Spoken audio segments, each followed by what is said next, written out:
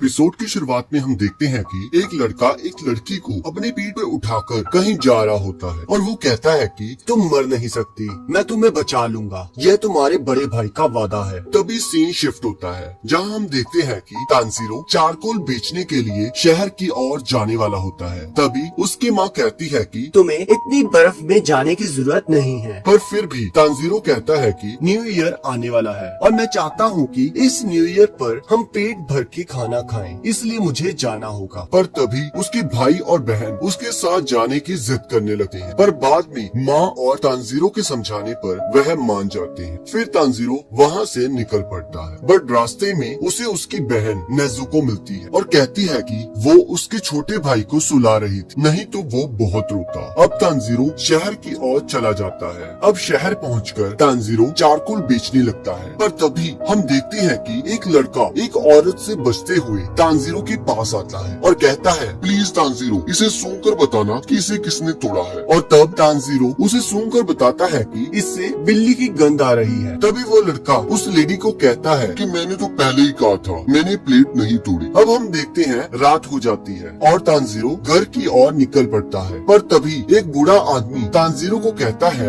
इस टाइम तुम्हारा घर जाना सही नहीं है, तुम्हें घर के अंदर आ जाना चाहिए, इससे पहले राक्षस आ जाए। तब तानजीरो घर के अंदर आ जाता है और खाना खाने लगता है और खाते हुए वह उस बूढ़े आदमी से पूछता है कि राक्षस क्या होता है। तब वो बूढ़ा आदमी बताता है कि राक्षस रात को आकर इंसानों को खाते हैं, इसलिए तुम्हारा रात को घूमना ठीक नहीं। तुम सो जाओ और सुबह अपने घर निकल जाना। अब सुबह तानजीरो घर के लिए चल पड़ता है, पर जैसे ही वो अपने घर के पास पहुंचता है तो उसे खून की स्मेल आने लगती है और वो भागते भागते अपने घर के पास पहुंचता है। पर जैसे ही वो वहां पहुंचता है तो वो देखता है कि उसके घर के सभी लोग मारे गए हैं। यह देखकर वो बहुत ज्यादा हैरान हो जाता है और सोचने लगता है कि ये किसने किया। इसी बीच वो देखता है कि उसकी बहन नेजुको अभी जिंदा है और वह उसे अपनी पीठ पर उठाकर हॉस्पिटल की ओर भागने लगता है। भागते भागते तानजीरो काफी थक जाता है और ठंड की वजह से उसका सांस लेना भी मुश्किल हो जाता है। और तभी अचानक हम देखते हैं कि नेजुको राक्षस में बदलना शुरू हो जाती है और वो दोनों पहाड़ी से नीचे गिर जाते हैं, पर बर्फ की वजह से वो दोनों बच जाते हैं। पर तभी तानजीरो देखता है कि नेजुको अपने पैरों पर खड़ी होती है। तब तानजीरो कहता है, तुम्हें खड़े होने की जरूरत नहीं है, मैं तुम्हें उठाकर डॉक्टर के पास ले जाऊंगा। और तभी राक्षस बनी नेजुको तानजीरो पर हमला कर देती है और तानजीरो अपने आप को बचाने के लिए अपनी कुल्हाड़ी की लकड़ी को उसके मुंह में फंसा देता है। पर नेजुको तानजीरो पर भारी पड़ने लगती है और तानजीरो इमोशनल होकर कहने लगता है, मुझे माफ करना, जब तुम मर रहे थे मैं सो रहा था, मैं किसी को भी बचा नहीं सका, पर मैं कम से कम तुम्हें जरूर बचाऊंगा।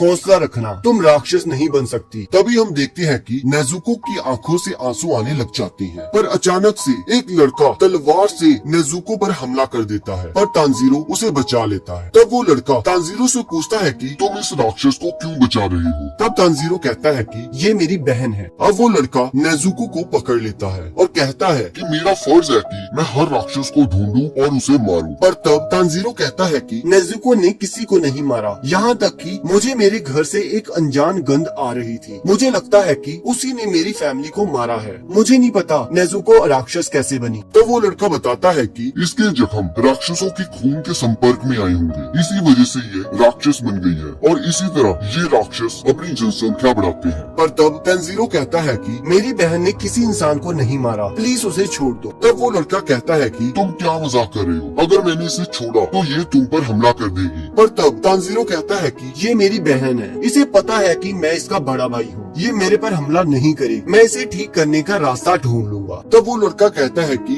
एक बार कोई इंसान राक्षस बन जाए तो वह वापस इंसान नहीं बन सकता। पर तानजीरो कहता है कि प्लीज इसे छोड़ दो, मैं कोई ना कोई रास्ता जरूर ढूंढ लूंगा। और उसके आगे गिड़गिड़ाने लगता है। तब वो लड़का कहता है कि तुम इसे ठीक नहीं कर सकती, अगर मैंने इसे छोड़ा तो तुम भी राक्षस बन जाओगी। क्या तुम यही चाहते हो? और वैसे भी तुम बहुत कमजोर हो। हाँ, शायद राक्षसों के पास तुम्हारी बहन को ठीक करने का कोई रास्ता हो, पर वो ऐसा कभी नहीं करेंगे क्योंकि ताकतवर हमेशा कमजोर को दबाता है। तब वो लड़का नेजुको पर हमला कर देता है, जिसे देखकर तानजीरो उस लड़के पर हमला कर देता है। पर वो लड़का तानजीरो के सिर पर मारकर उसे बेहोश कर देता है और तभी वह देखता है कि तानजीरो के पास उसकी कुल्हाड़ी नहीं है और तभी तानजीरो की कुल्हाड़ी उसके पास से गुजरकर पेड़ पर लगती है। तब वो लड़का तानजीरो की चालाकी को देखकर काफी इम्प्रेस हो जाता है कि कैसे उसने उसे चकमा देकर उलझाए रखा, पर उसका असली प्लान तो कुछ और था। पर तभी नेजुको उस लड़के पर हमला कर देती है और तांजीरो की तरफ जाने लगती है। पहले तो उस लड़के को लगता है कि नेजुको तांजीरो पर हमला करने वाली है, पर अचानक वो देखता है कि नेजुको तांजीरो को बचाने लगती है। अब एक तरफ नेजुको उस लड़के पर हमला करने वाली होती है और दूसरी तरफ वो लड़का सोचता है कि ऐसा कैसे हो सकता है, ये बहुत ज्यादा घायल है, इस टाइम इसे भूख भी बहुत लग रही होगी, पर फिर भी ये अपने भाई को खाने की जगह उसे बचा रही है। तब वो लड़का सोचता है कि शायद ये बाकियों से अलग है। तो वो नाजुको को बेहोश कर देता है और जब तांजीरो उठता है तो वो देखता है कि नेजुको उसके पास लेटी होती है और वो लड़का कहता है कि तुम उठ गए, जाओ जल्द से जल्द माउंट सागिरी चले जाओ, वहाँ तुम्हें एक बूढ़ा आदमी मिलेगा जिसका नाम साकोंजी उरोकुडाकी होगा। जब वो तुम्हें मिल जाए तो उसे कहना कि तुम्हें गियू टोमियोका ने भेजा है और कहता है कि अभी आसमान में बादल है, अभी तुम्हारी बहन बची रहेगी, पर ध्यान रखना इसे कभी भी सूरज की रोशनी में मत जाने देना। और यह कहकर वो चले जाता है और फिर सीन शिफ्ट होता है और हम देखते हैं कि तांजीरो अपने घर वालों को दफनाकर माउंट सागिरी की ओर चल पड़ता है और इसी के साथ एपिसोड खत्म हो जाता है।